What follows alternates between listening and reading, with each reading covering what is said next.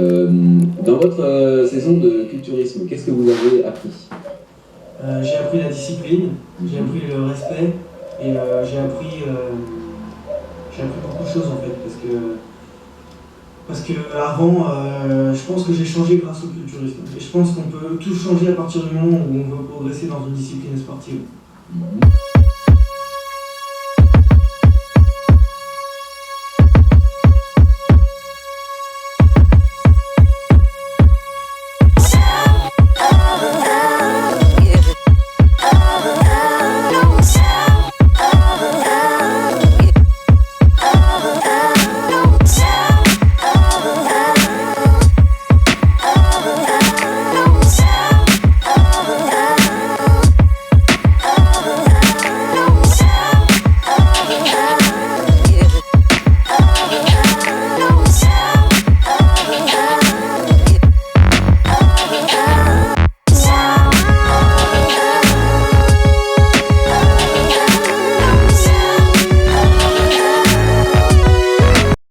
J'ai commencé à faire des pompes à la maison, tout ça, bon, ça c'est le recul. Après vous commencez à aller dans une salle, vous commencez à évoluer, mais vous n'avez pas encore la base. C'est-à-dire que vous ne savez pas comment vous débrouiller dans une salle. Et après seulement, j'ai rencontré Alexandre Franchini qui m'a fait connaître l'entraînement. Et je peux vous dire que c'était hardcore et je pense qu'il n'y en a pas beaucoup qui seraient préparés mentalement. Parce qu'il faut être prêt déjà mentalement et après seulement physiquement. Je pense que c'est le mental qui va faire le physique et pas le physique qui va faire le mental. Alors, est-ce que vous pouvez nous donner un exemple d'entraînement qui vous a traumatisé? L'entraînement qui m'a traumatisé, je pense que c'est les cuisses, de toute façon c'est inévitable. Le squat, alors on commence à faire des séries longues, alors c'est ce que je déteste le plus, c'est en plus des séries longues et lourdes. C'est-à-dire, par exemple, à 130 kg, il va me dire tu fais une série de 50. 50 à 130 et je peux vous dire que le corps va exploser. On a l'impression que votre corps va exploser. Et après avoir fait ce début d'entraînement, vous continuez par des charges très lourdes. Et par exemple 270 en série de 10. Et vous arrivez à faire ça? Bah non, j'y arrive pas encore, mais je pense que ça va se faire. Avec beaucoup de... pas le mot. Beaucoup de persévérance? Voilà, beaucoup de persévérance, c'est ça que j'étais en train de chercher. Vous vous donnez combien d'années encore pour arriver à peu près à votre objectif? À peu près. Je pense encore 2-3 ans. Encore 2-3 ans. Et ce serait quoi donc, dans le milieu? L'objectif? Oui. Je pense que si au niveau de la charge, je pense que je ferais comme Alexandre. Mon objectif clé, ça serait la barre des 300 au squat. Ça c'est un exemple, juste pour... c'est une question de charge, hein. C'est juste pour moi, quoi. Et je pense que d'ici 2-3 ans, ouais, je pense que la 300 on pourra la mettre. J'espère. Et si on la met pas, bah faudra attendre. Et à part la charge, objectif par exemple physique? Physique, pareil, c'est Alexandre, en fait c'est le témoin. Le témoin, j'appelle ça, c'est-à-dire que c'est lui mon modèle, quoi. Je vise pas plus haut parce que je sais qu'il arrive comme ça en naturel, alors pourquoi pas moi, quoi. D'accord. Et vous voulez rester naturel plus tard ou bien après, une fois que vous savez votre objectif? Je peux pas le savoir. Vous n'avez aucune idée encore de ce que vous allez... C'est impossible à savoir. Pour l'instant, vous n'avez pas fait encore de choix? Non, c'est une question de choix, je pense que c'est ça en fait. D'accord. Mais naturel, oui, je vais rester naturel très longtemps, mais après on peut pas savoir...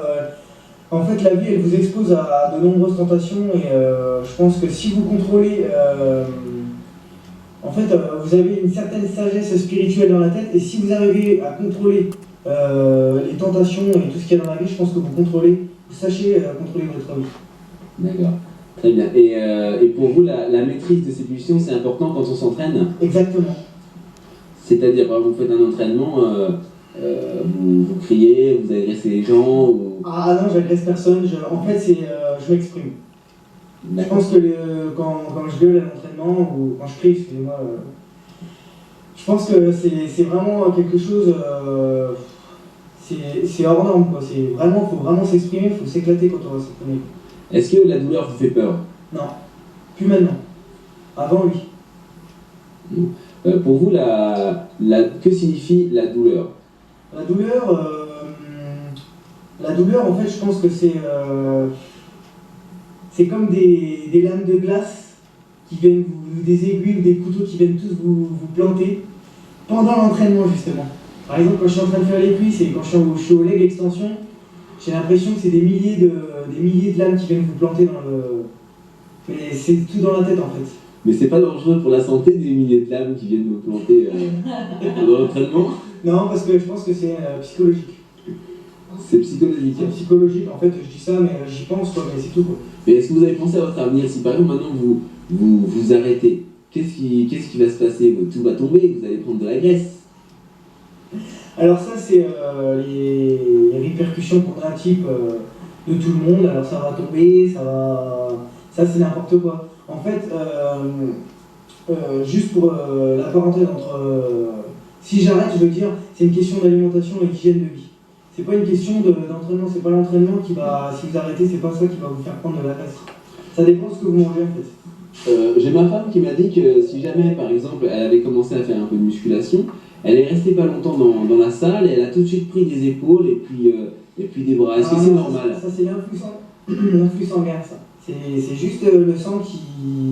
Par exemple, quand vous faites les biceps, le sang va remonter jusqu'au biceps. L'influx sanguin, c'est ça qui va vous faire prendre 2 cm ou 3 cm tout au plus. Et vous verrez le lendemain, vous vous réveillez, ça va devenir la normale. Hein. C'est juste à l'entraînement, hein, c'est tout. Est-ce que vous pensez que donc le bodybuilding est à la portée de tout le monde? Non. Alors pour quelle raison?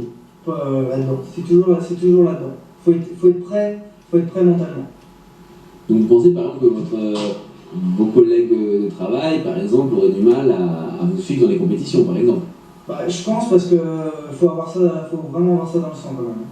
Parce que là aussi c'est un choix, quoi.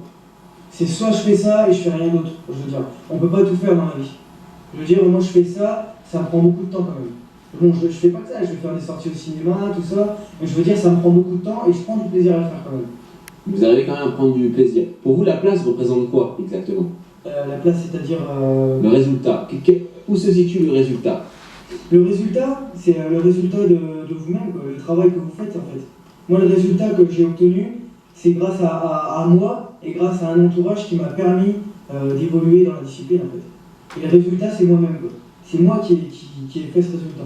Avec l'aide de mon coach, de sa copine aussi, qui m'a encouragé à l'entraînement, de tout le monde. Donc en fait, pour vous, c'est une synergie, c'est plusieurs forces qui s'unissent en fait pour avoir un résultat. Exactement. Donc votre résultat de cette année, donc vous avez fait 3e au championnat de France.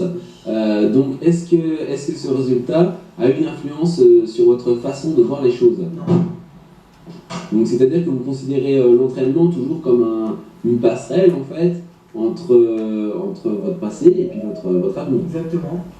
Très bien. Donc la transformation physique, est-ce que vous pensez que avec la volonté, n'importe quelle personne arriverait à transformer son physique? Alors là, tout à fait. Alors là, n'importe qui peut changer à partir du moment où il a la volonté de progresser, quoi. C'est comme dans n'importe quel sport, le handball, le football, on peut devenir quelqu'un de très bon, tout en restant humble, mais on peut devenir quelqu'un de très bon à partir du moment où on veut progresser. Est-ce qu'aujourd'hui, les salles de remise en forme vous paraissent un support essentiel à la progression culturiste? Ça dépend de ce qu'on cherche en fait. Ça dépend, moi par exemple, je recherche la masse, je veux faire aussi des compétitions. Bon, il y en a, ils veulent aller pour faire de la remise en forme. Il y en a, ils vont y aller parce que ça change du boulot. Ça dépend en fait, ça dépend de tout, quoi. Donc, en clair, est-ce que les salles permettent un entraînement intense et est-ce qu'elles mettent à disposition des soutiens suffisants pour que les gens arrivent à leurs résultats? Non. Je pense que tout le monde est différent et si on devait prendre tout le monde en compte, ça ferait beaucoup de travail. Parce que chaque personne est différente et chaque personne veut un résultat différent. Et est-ce que vous êtes arrivé dans les salles de vous faire un petit peu interpeller ou oui, bien... ouais, parce que pareil, comme je vous ai dit tout à l'heure, moi quand je m'entraîne, je m'exprime, donc forcément ça ne peut pas plaire à tout le monde, c'est vrai. Mais j'embête personne à l'entraînement, alors personne ne m'embête. Et quels sont, d'après vous, les dangers d'une pratique extrême de la musculation? Alors les dangers, je pense qu'on peut... Le vrai danger, je pense que c'est avoir une tête comme ça, quoi.